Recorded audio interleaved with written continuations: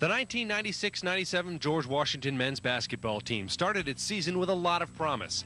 3 formidable starters from last year's squad were back with another year of experience under their belts, and promising young talent filled the Colonials roster. The season started much as expected. Consecutive wins over Holy Cross and Boston University in George Washington's own Red Auerbach Colonial Classic and a win over South Florida got the team off to a good start. The win over Boston University was especially meaningful to Coach Jarvis, who spent 5 seasons coaching the Terriers. Mike Jarvis has been the fire and drive of the George Washington men's basketball team since his arrival here in 1990. The Colonials quickly improved under his leadership and have appeared in 3 NCAA tournaments, including their first in 32 years. Jarvis's record stands at 128-81 in 7 seasons at GW. In each of those seasons, the team has finished above 500. Mike is a terrific 229 and 132 overall in 12 years of coaching, and he has never coached a team to a losing record. The team suffered its first setback of the season at home against Texas Tech.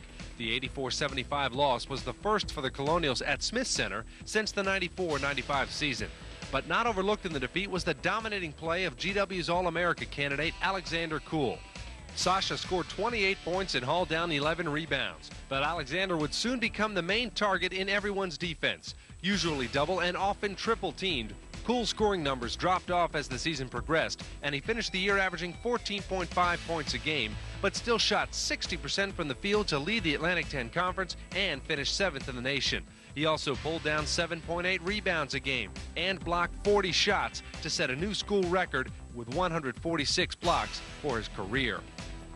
The Colonials bounced back with an impressive victory against crosstown rival American University. In that game, sophomore Yegor Masherkov scored a game-high 18 points and established himself as a legitimate scoring threat to be reckoned with the rest of the season.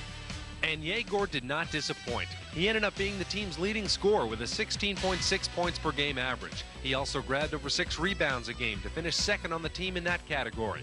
Masherkov's ability to score inside and on the perimeter made him a double threat and double duty to all who tried to guard him.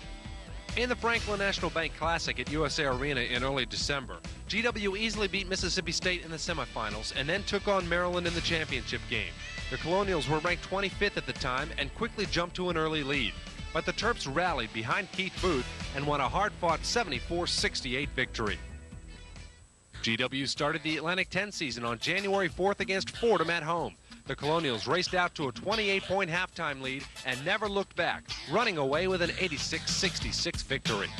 Shante Rogers paced the team with 24 points and was the high man on the glass as well, hauling down 8 rebounds. He was the constant spark that ignited this team. In just his second season at GW, Rogers led the team in assists, steals, free throw percentage, was 3rd in scoring and in rebounding, and was a threat to hit the 3-point basket as well. His cat-like quickness was a constant nemesis to opposing point guards. After the Fordham game, the team traveled north to St. Bonaventure, where they battled a raging snowstorm and the Bonnies. On this trip, however, the elements came out on top, as St. Bonaventure won this one 74-63.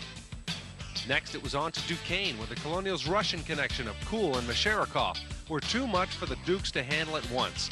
Koul scored 26 points on 11 of 16 shooting and grabbed 9 rebounds, while Masherkov added 17 points on 8 of 10 shooting and 8 rebounds, as GW easily won 69-55. The Colonials return home to take on St. Joseph's 4 days later in a game that seemed to set the tone for the rest of the season. GW moved out to a 7-point lead at the half by holding the Hawks to 22% shooting, but the Colonials' own shooting went cold in the second half, and St. Joe's rallied for a last-second 55-53 victory. Next on the docket was a trip to Dayton, Ohio in a game against the Dayton Flyers. The Colonials easily shook off the St. Joseph's loss and trounced the Flyers 59-38. Defense was the name of the game as GW held Dayton to just 4 field goals and 20% shooting in the first half. Once again, Koul and Masherkov dominated play by scoring 19 and 18 points respectively. Koul added 13 boards and Yegor hit a pair of 3-pointers. Shante Rogers pitched in with 11 points, including 3 3-point baskets. For Rogers, it was the 10th game out of 14 that he had scored in double figures. It was beginning to become evident that for the Colonials to be successful, the trio of Koul, Masherkov, and Rogers had to have strong games each time out. On January 23rd, the Atlantic 10 West leading Xavier Musketeers came to Smith Center for a showdown with the Colonials. In one of the most thrilling games of the year, a packed house witnessed these two teams go toe-to-toe for a full 40 minutes. Alexander Koul led all scorers with 20 points, but unfortunately for GW fans, when the smoke had cleared, Xavier had escaped with a 62-61 victory. 2 days later, LaSalle came exploring the Smith Center with the conference's leading scorer, freshman Donnie Carr. But Carr was introduced to GW's secret defensive weapon, Andrei Krivonos. Krivonos, a sophomore from Belarus, shut Carr down by forcing him into 5 of 23 shooting and only 2 of 11 from behind the three-point arc. Offensively, the Colonials got 21 points and a career-high 16 rebounds from Koul and 16 points from Masharikov as they held off the pesky Explorers 56-52 for their 9th win of the season. Krivonos' main job all year long was to guard the opposing team's top scorer, and his efforts were paramount in leading the Colonials to the 3rd best defense in the entire conference. The team gave up only 63.7 points per game and held opponents to just 41% shooting from the floor. GW played its 3rd consecutive home game on January 30th against UMass, a rivalry that has been simmering to a boil over the last few years. This one was another nail-biter as the Minutemen shot a sizzling 60% from the floor in the second half to prevail 68-63. It was the Colonials' 3rd straight game decided by 5 points or less, and their 4th of the last 5. It would also not be their last. GW's next 3 games would be decided by 5 points or fewer. A heart-stopping overtime win in LaSalle, in which Andrei Krivonos made an amazing tip-in at the end of regulation to force the extra period, and Yegor Masharikov poured in a career-high 31 points. A loss at the buzzer at Virginia Tech, and a nerve-wracking victory over Old Dominion were the other games. After a loss at Xavier on February 15th, the Colonials had played 11 conference games and had a 5-6 record, 11-10 overall. But what made it so incredible was that they had gone win-loss, win-loss, win-loss in the last 12 games, never able to reel off 3 or 4 wins in a row, but never losing more than 1 at a time either. The team was very resilient, always giving it their all, looking to make a final push for the postseason and Atlantic 10 tournament positioning. There were 6 games left against some of the toughest teams in the conference. GW got it started right with a 90-56 shellacking of Duquesne at home. Then on February 20th on national TV, the Colonials ripped Virginia Tech 69-52 to win consecutive games for the first time since December 8th. The team had gained much-needed confidence with only 3 games to go, but had to go to Temple to face the Owls. The Colonials came out flat and were never able to recover, losing by 12. A tough loss on the road against Rhode Island on senior night gave GW consecutive losses for the first time since late December, but the team gathered itself once more for the final regular season game on March 1st against Dayton. With a 500 conference record on the line, the Colonials came out and shot 54% from the field in the first half, then made 19 of 24 free throws in the second half to beat the Flyers 71-57.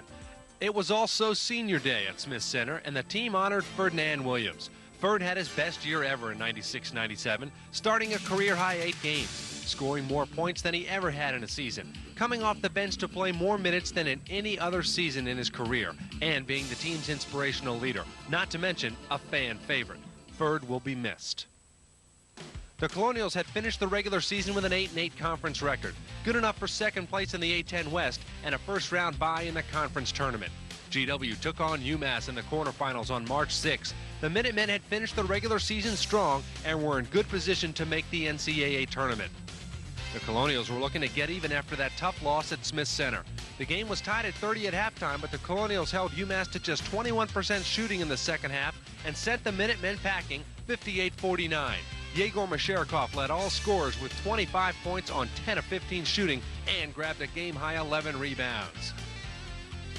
GW's fortunes ran out in the next round against the eventual tournament champion St. Joe's, but Yegor Masharikov had another strong game and was named to the all-tournament team. The team would soon be given new life when the NIT called and invited the Colonials to play in their tournament. GW would take on Michigan State on March 12th in East Lansing, Michigan. Once again, a slow start put the team behind the 8 ball, and even a furious second-half rally was not enough as the season came to an end with a 65-50 loss. The 1996-97 season was a roller coaster ride that never seemed to level off. Among the bright spots was sophomore forward J.J. Braid. JJ got off to a slow start, but ended up having a strong second half of the season, upping his scoring average by nearly a point over last season, and giving the team a slashing, penetrating presence on the court, and giving the fans lots of extra excitement. When Mike Jarvis wanted a three-point shooting threat on the court, he turned to Seiko Camara. The 6'5 sophomore from Lisbon, Portugal, could loft rainbow jumpers with the best of them. Junior Darren Green spent much of the year hampered by a bothersome knee injury, but was still available for Coach Jarvis off the bench, giving critical minutes while others rested. Rasheed Hazard did a nice job as the backup point guard, giving Shante Rogers a blow when needed and keeping the offense ticking. Others making contributions included freshman forward Francisco Di Miranda from the Netherlands, freshman guard Jackson Payne, and freshman guard Kinte Smith, who missed 11 games with a stress fracture in his hip. The 96-97 Colonials never gave up in the face of adversity, continued to forge ahead when things looked bleak, a strong reflection of their coach, who constantly felt that better things were just around the corner, if only you would take the necessary steps to look. And looking on to 97-98, he's probably right.